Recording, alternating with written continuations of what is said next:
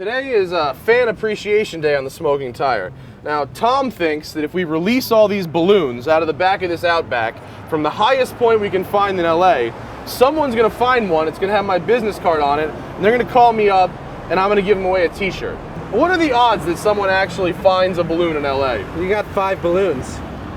So maybe. All right, I'm so convinced this isn't gonna work. I'll tell you what, this balloon with the heart on it, I will put a little extra something on it. Tell you what, if any of you guys find this white balloon, I will attach, in addition to the t-shirt, I'll give you guys a date with my girlfriend. How about that? So I'm gonna write, Tracy, date. So if you find this balloon, I'll give you a date with my girlfriend. We got plenty of space in the back of the Outback here, so getting all these balloons in really shouldn't be a problem. Oh, Jesus. Oh, almost.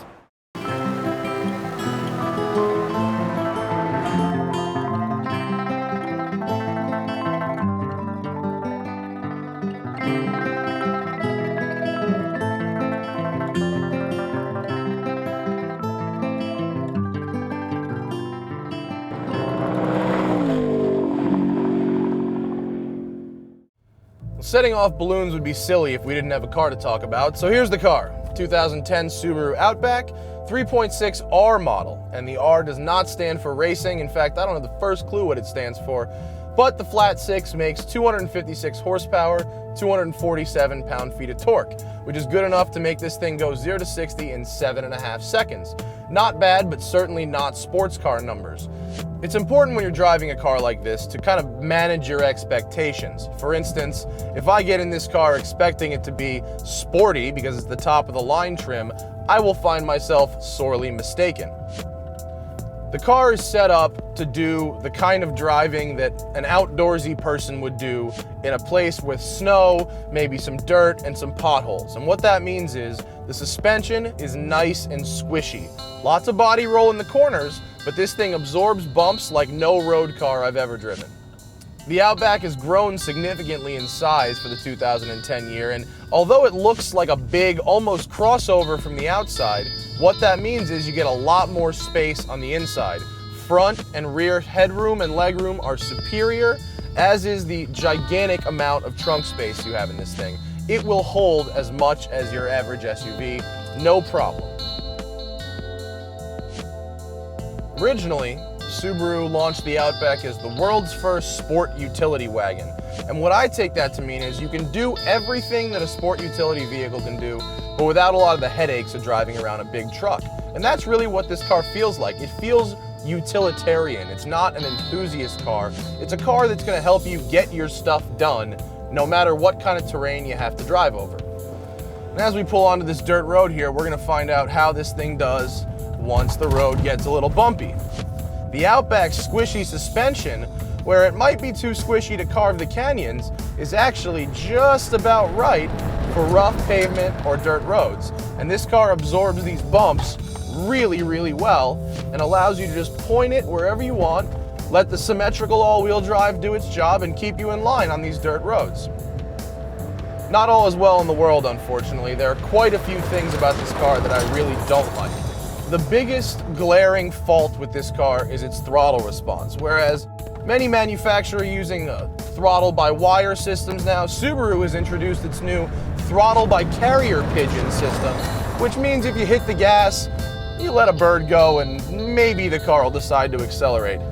The car doesn't do anything at all for a full half second after you touch the gas, and then it gives you too much power. It's really, really annoying.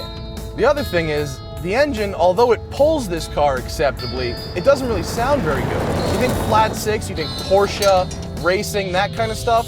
None of that with this car. Honestly, it sounds more like a late 80s American V6 than a Porsche engine.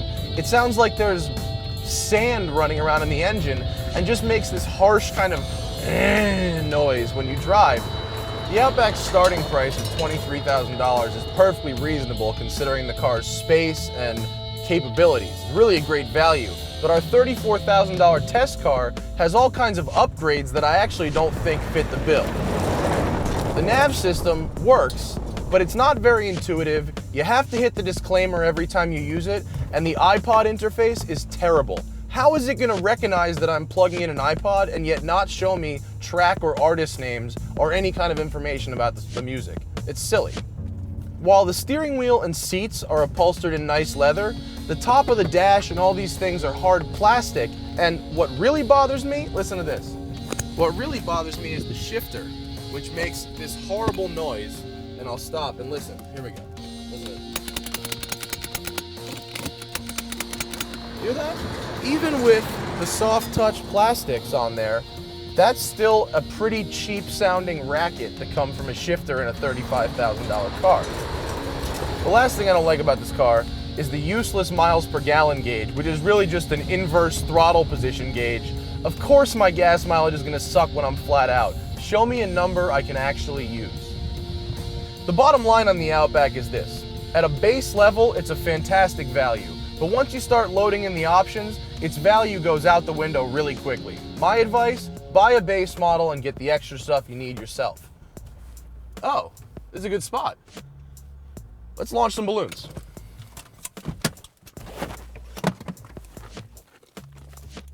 I don't know exactly where we are, but look at this view. You got the valley right there.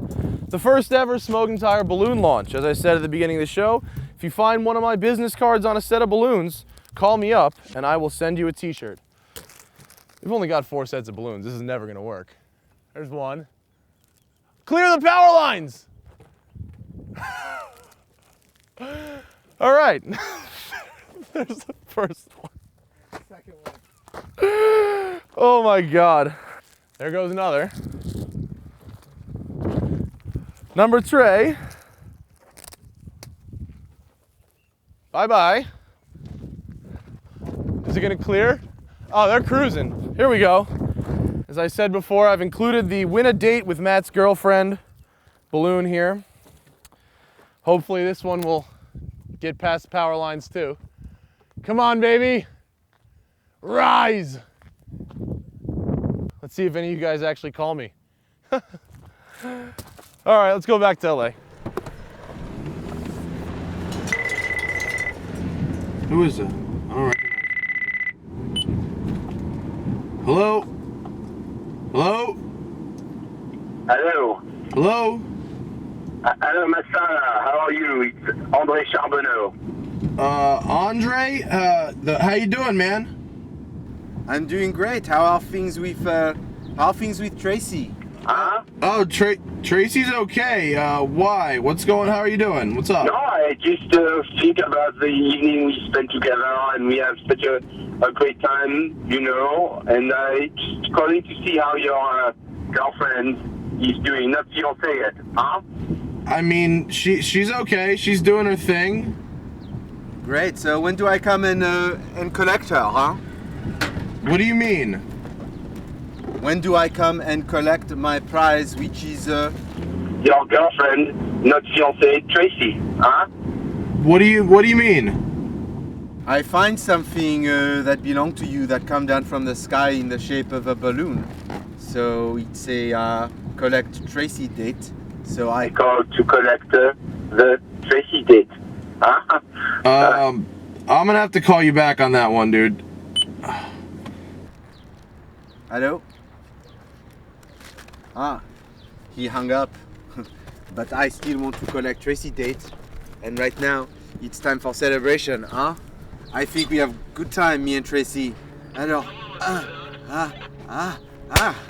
but I think we have nice time, me and Tracy.